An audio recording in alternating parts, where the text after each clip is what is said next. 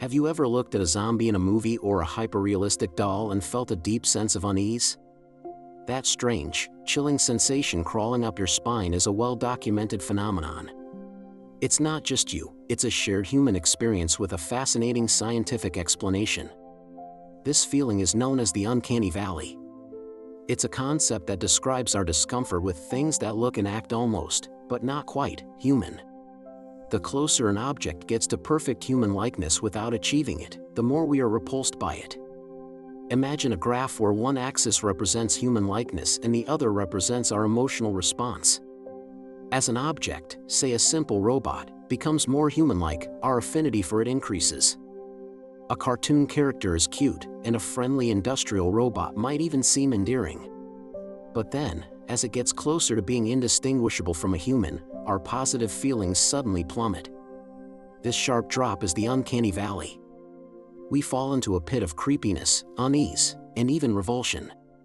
Only when the object becomes perfectly human, indistinguishable from a real person, does our affinity climb back up to a normal, positive level. So, why does this happen? Why do our brains react so strongly to these near-human entities?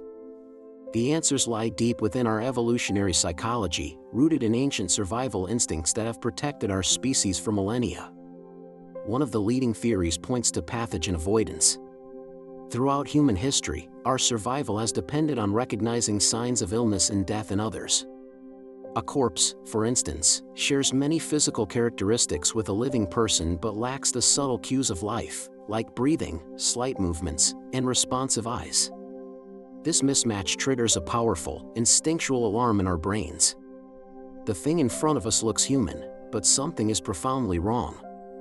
Our subconscious screams danger because, in our evolutionary past, an individual who looked off might have been carrying a contagious disease or could no longer be a viable member of the social group.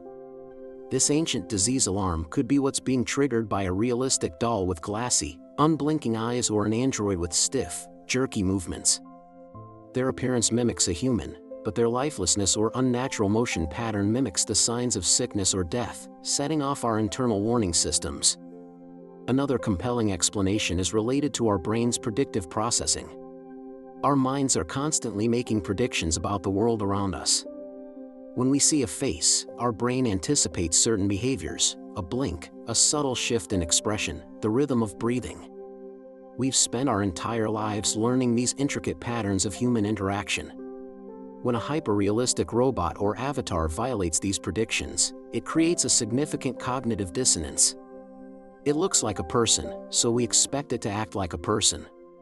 When it doesn't, when its smile is too fixed, its gaze too steady, or its movements too smooth, our brains struggle to categorize it. It's not a person, but it's not just an object either. This ambiguity is deeply unsettling.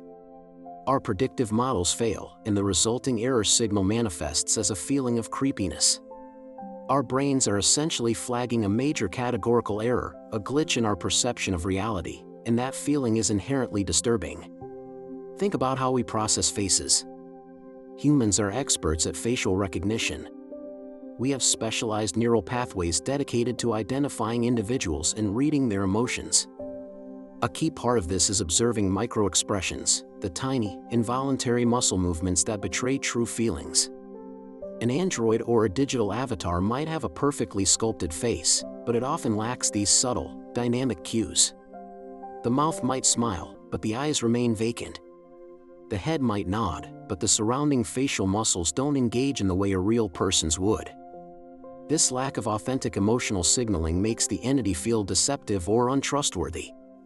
Our social instincts are telling us that something is being hidden, that the face we are looking at is a mask. This perceived lack of sincerity can make us feel guarded and uncomfortable, as if we are interacting with something that has ulterior motives or a hidden nature. The Uncanny Valley also touches upon our deep-seated fears about identity and what it means to be human. When we are confronted with a machine that is almost indistinguishable from us, it can challenge our sense of uniqueness and our place in the world. It raises existential questions. If a machine can look and act so much like us, what makes us special? What is the true nature of consciousness, emotion, and life itself? This philosophical unease can contribute to the creepy feeling we experience. the near-human entity becomes a mirror reflecting our own anxieties about our humanity. Now, why does any of this matter beyond a spooky feeling at the cinema? It matters because we are rapidly moving into an era where artificial intelligence and robotics are becoming more integrated into our daily lives. AI-powered digital avatars are already here, acting as virtual assistants, news anchors, and online influencers. As this technology advances, these avatars will become increasingly indistinguishable from real people. The Uncanny Valley is no longer just a theoretical concept, it's a critical design principle for the future of human-computer interaction. Designers of robots and virtual beings are acutely aware of this phenomenon. They face a choice: either stay on the safe side of the valley by creating stylized, clearly non-human characters, or attempt the perilous journey of crossing it to achieve perfect realism. Many companies choose the former. Think of the friendly, cartoonish robots designed for customer service or the stylized avatars in many virtual reality platforms. Their non-human appearance makes them approachable and prevents them from falling into the uncanny trap. We know they aren't human, so our brains don't try to apply human expectations to them. However, the push for realism is relentless. In fields like virtual reality training for surgeons or immersive historical simulations, accuracy is paramount. The goal is to create an experience that is as close to reality as possible. This requires crossing the uncanny valley. Successfully crossing the valley means perfecting every minute detail of human appearance and behavior. It's not just about getting the skin texture right, it's about programming the subtle sway of the body, the involuntary flick of an eye, the way a person shifts their weight when listening. It's an incredibly complex and difficult task. As AI avatars become more common, the uncanny valley will have profound social implications. Imagine a world where you can't easily tell if you're talking to a human or an AI online. This raises huge questions about trust, authenticity, and manipulation. An AI that successfully navigates the uncanny valley could be incredibly persuasive.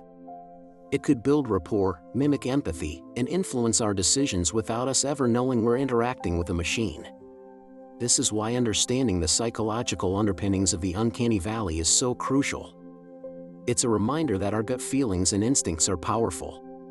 That sense of creepiness is not just a silly reaction, it's a sophisticated, evolved defense mechanism. It's our brain's way of telling us to be cautious, to look closer, and to question what we're seeing. The journey through the uncanny valley is really a journey into understanding ourselves. It reveals how finely tuned our perceptions are and how deeply our survival instincts are woven into our experience of the world. It shows us that what makes us human isn't just our appearance, but the incredibly complex and subtle dance of life that animates us. As we stand on the cusp of a new age of artificial beings, this strange, unsettling valley serves as a map and a warning. It guides creators on how to build machines we can coexist with and reminds us all to remain critical thinkers in a world where the line between real and artificial is becoming increasingly blurred. Thank you for joining me on this exploration of the mind's strange corners.